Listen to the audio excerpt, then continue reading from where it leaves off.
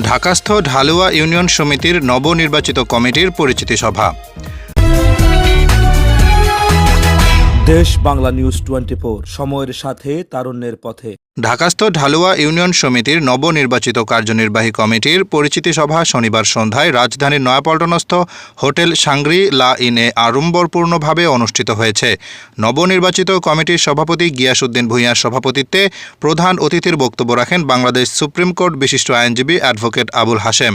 সাধারণ সম্পাদক আলাউদ্দিন মিয়ার সঞ্চালনায় বিশেষ অতিথির বক্তব্য রাখেন রাজনীতিবিদ আবু সায়েম আজাদ, ব্যবসায়ী নজরুল ইসলাম মজুমদার, ঢাকাস্থ ঢালুয়া ইউনিয়ন সমিতি সিনিয়র সহ সভাপতি খন্দকার আবুল বশর বাবুল, তোফাজ্জল হোসেন তোতন, ইসমাইল মজুমদার, আমিনুল ইসলাম শামীম ও আবুল খায়ের তালুকদার, যুগ্ম সাধারণ সম্পাদক জাহাঙ্গীর আলম রাজ্জাক, সহ সাংগঠনিক সম্পাদক শাহিনুর রহমান শাহিন, সমাজ কল্যাণ সম্পাদক মোস্তফা কামাল মিশু সহ আরও অনেকে।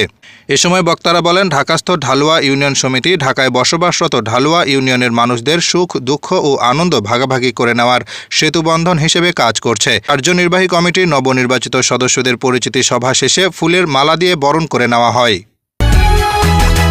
দেশ বাংলা নিউজ 24, সময়ের সাথে তারুণ্যের পথে।